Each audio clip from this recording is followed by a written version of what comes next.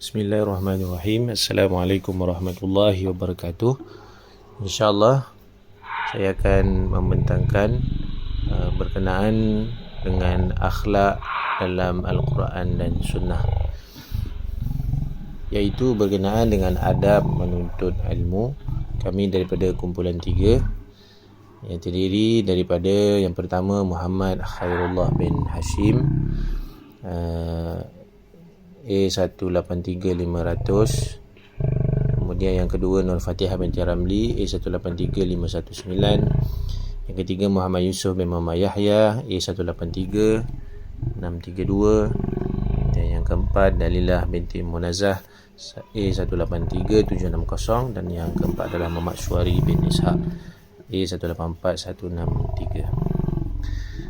Pengenalan adab iaitu disebut dalam Kamus Dewan sebagai suatu tingkah laku serta tutur kata yang sopan, budi bahasa, budi pekerti yang halus dan juga satu sikap kesopanan. Menurut Nuresah Baharum, adab merupakan penghormatan melalui sikap, perbuatan ataupun tingkah laku budi pekerti yang baik yang sesuai dengan peradaban dan kesusilaan. Dan dalam Kamus Dewan juga disebut ilmu ditarifkan sebagai pengetahuan dalam perkara dunia, akhirat, zahir dan batin. Menurut Wan Muhammad Zahid Muhammad Nurdin menegaskan bahawa ilmu adalah prasyarat ke arah menjayakan cita-cita membangun sebuah negara bangsa yang maju, berwibawa dan cemerlang. Menurut Profesor Hamka pula, kecantikan yang abadi terletak pada keelokan adab dan ketinggian ilmu seseorang, bukan pada wajah dan pakaiannya. Maka adab dan ilmu itu adalah satu perkara yang saling melengkapi antara satu sama lain dan sukar untuk dipisahkan walaupun berdepan dengan pelbagai perdebatan dan juga perbincangan. Ada adab dalam menuntut ilmu. Yang pertama adalah niat kerana Allah Subhanahu Wa Taala. Perkataan niat menurut bahasa iaitu tujuan hati atau kehendak hati. Niat mengikut syarak pula iaitu gerak hati ke arah sesuatu pekerjaan untuk mencari keredaan Allah Subhanahu Wa Taala dan menyatakan tunduk dan patuh kepada Allah Subhanahu Wa Taala. Dan niat juga tidak diumpamakan sebagai perbicaraan di bibir ataupun satu awal perbuatan, tetapi ia merupakan gabungan seluruh potensi hati, pemikiran dan juga perbuatan. Sabda Nabi SAW yang diriwayatkan daripada Imam Bukhari dan Muslim yang bermaksud dari Amirul Mukminin radhiyallahu an, Sayyidina Umar radhiyallahu an berkata, aku mendengar Rasulullah SAW sabda, segala amal itu bergantung pada niatnya, dan setiap orang hanya mendapatkan apa yang diniatnya. Maka barang siapa yang hijrahnya kepada Allah dan Rasulnya, maka hijrahnya itu kepada Allah dan Rasulnya. Dan barang siapa yang hijrahnya kerana kesenangan dunia ataupun kerana seorang wanita yang akan dikahwininya, maka hijrahnya itu adalah kepada apa yang dikehendaki atau diniatkannya. Yang kedua adalah adab menuntut ilmu, iaitu menjauhi maksiat. Maksiat yang melampau akan menyebabkan seseorang itu mengalami kesukaran dalam usaha menuntut ilmu. Menurut Imam Ibn Jauzi, segala urusan yang dilakukan oleh pelaku maksiat pasti akan menemui pelbagai kesulitan dan jalan buntu dalam menyelesaikannya. Maka untuk mendapatkan ilmu yang bermanfaat dan barakah, maka seseorang itu haruslah berusaha untuk menjauhkan dirinya daripada berbagai bentuk maksiat. Hadis daripada baginda Rasulullah SAW yang diriwayatkan daripada Abu Hurairah radhiyallahu an, baginda Rasulullah SAW bersabda, seorang hamba apabila melakukan suatu kesalahan, maka dititikkan dalam hatinya sebuah titik hitam. Apabila ia meninggalkannya dan meminta ampun serta bertaubat kepada Allah, hatinya dibersihkan. Apabila ia kembali berbuat maksiat, maka ditambahkan titik hitam tersebut hingga menutupi hatinya. Yang ketiga adalah mengamalkan dan mendakwahkan. Mengamalkan dan mendakwahkan ilmu yang diperoleh dan menyampaikannya kepada orang lain, berpandukan niat untuk menyebarkan dakwah Islam. Maka menjadi tanggungjawab setiap manusia yang mendapat ilmu adalah mengamalkan ilmu itu. Dan setiap ilmu yang diperoleh olehnya ketika proses pembelajaran, maka hendaklah diusahakan untuk disebarkan kepada seluruh umat ini bagi menjaga kesejahteraan dalam kelompok manusia. Sabda Nabi SAW daripada hadis riwayat Imam Tabrani, dalam maksud hadis iaitu perumpamaan seorang alim yang menyampaikan kebaikan kepada manusia, kemudian dia sendiri tidak mengamalkannya, adalah seperti lilin yang menerangi manusia namun membakar dirinya sendiri. Kita pergi kepada kesan menuntut ilmu, iaitu terhadap diri sendiri. Yang pertama, Allah Subhanahu Wa Taala akan meninggikan darjat seseorang yang menuntut ilmu. Allah Subhanahu Wa Taala telah meletakkan kedudukan orang yang berilmu lebih tinggi dan mulia di sisinya.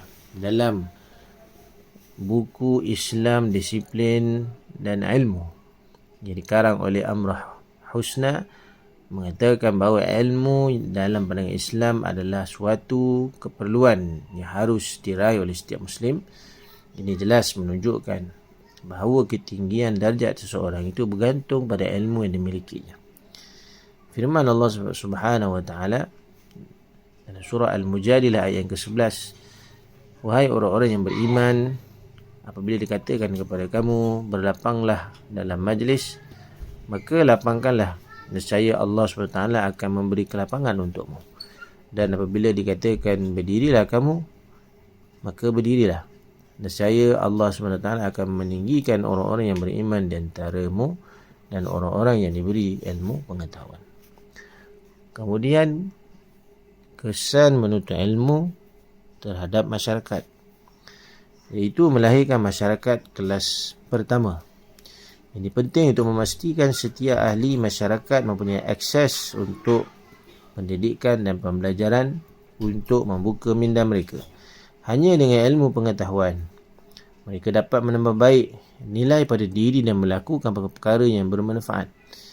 Secara zahirnya, maka melalui ilmu pengetahuan, masyarakat akan menjadi masyarakat yang terbaik dan memacu negara ke arah yang lebih baik. Seterusnya, kesan ilmu terhadap masyarakat juga adalah bertindak sebagai penyelesaian masalah. Bagi mereka yang mempunyai ilmu, setiap penyelesaian pasti ada jalan penyelesaiannya. Setiap permasalahan pasti ada penyelesaiannya. Seperti contoh, melalui kajian dan penyelidikan saintifik. Para saintis mampu menghasilkan vaksin untuk kita mencegah penularan wabak COVID-19 yang menyebabkan penyakit, yang menyebabkan sakit akan lebih kritikal apabila tidak divaksin. Kemudian dengan itu juga, ilmu yang dikuasai dapat membantu menyelesaikan masalah yang berbagai seperti masalah ekonomi, masalah pendidikan dan juga masalah-masalah sosial dan sebagainya. Dan seterusnya, apabila ilmu itu terus dipelajari, maka akan membawa ke tahap yang lebih tinggi. Seterusnya, yang ketiga, kesan terhadap masyarakat, iaitu tidak akan mengulangi kesalahan yang sama. Maka apabila masyarakat mempunyai ilmu, maka masyarakat juga tidak akan melakukan kesilapan yang sama yang mereka pernah buat sebelum daripada itu.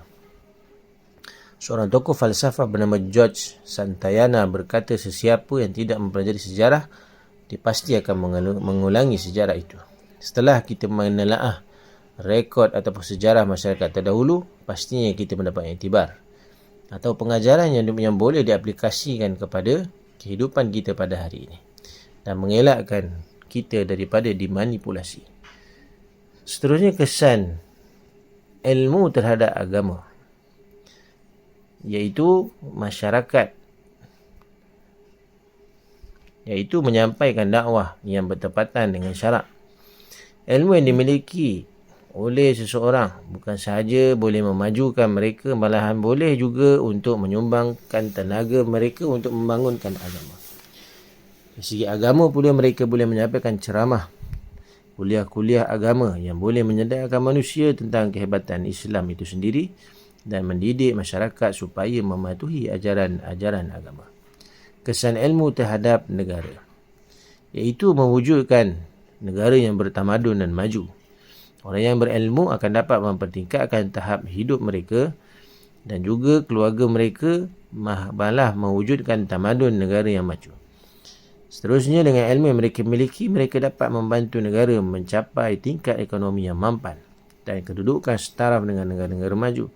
Dan sekiranya sebuah negara itu dipenuhi dengan golongan berilmu, maka pentadbiran negara juga dipenuhi dengan suasana golongan cerdik pandai dalam usaha membangunkan negara sebagai negara maju yang berpegang dengan syariat Islam.